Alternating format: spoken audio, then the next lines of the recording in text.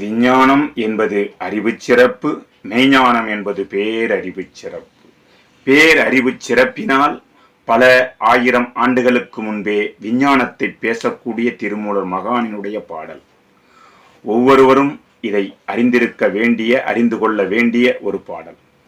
அடப்பண்ணி வைத்தார் அடிசீலை உண்டார், மடக்கொடியரோடு மந்தனம் கொண்டார், இடப்பக்கமே இறை நொந்ததிங்கென்றார், கிடக்க படுத்தார் கிடந்தொழிந்தாரே.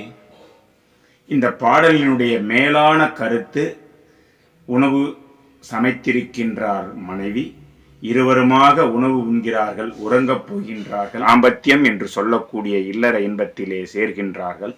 மடக்கொடியரோடு மந்தனம் கொண்டார், இடப்பக்கமே இறை நொந்ததிங்கென்றார். இடப்பக்கமாக, அதிலேயும் இங்கே இடப்பக்கமாக இறை நொந்தது இங்கே என்றார்.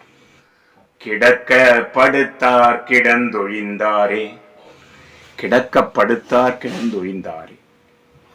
அப்படியே படுத்த நிலையிலேயே வாழ்வு முடிந்து விட்டது, இதுதான் வாழ்வு என்று சொல்லும் வகையிலே இருந்தாலும் அவர் அறிவியல் பேசுகின்றார்.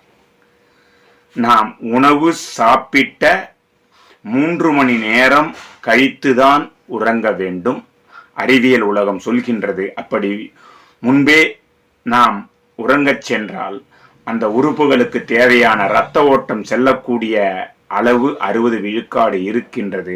அந்த நேரத்திலே சென்று நாம் வயதிலே சேர்வோமேயானால் இருதய சார்ந்த ஹார்ட் அட்டாக் போன்ற உபாதை வரும் என்பதை எடுத்துரைக்கின்றார் அறிவியலாக.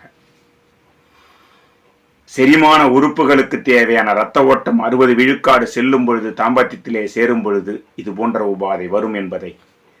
மடக்கொடியரோடு மந்தனம் கொண்டார், இடப்பக்கமே இறை இங்கு நொந்ததென்றார், கிடக்கப்படுத்தார் கிடந்தொழிந்தாரே என்று சொல்லுகின்றார்.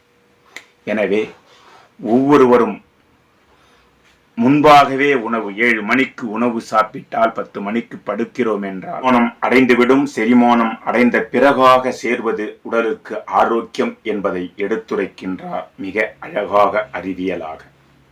செரிமான உறுப்புகளுக்கு இரத்த ஓட்டம் செல்லக்கூடிய அந்த நேரத்திலே சேரக்கூடாது.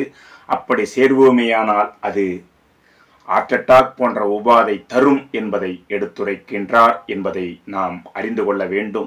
உலகத்தார் அனைவரும் அறிந்து கொள்ள வேண்டிய ஒரு அற்புதமான அறிவியல் இது என்பதை அறிந்து கொண்டால் எல்லா நாளும் இனிமையாக இருக்கும். திருமூலர் திருவடிகள் போற்றி போற்றி, தென்னாடுடைய சிவனே போற்றி.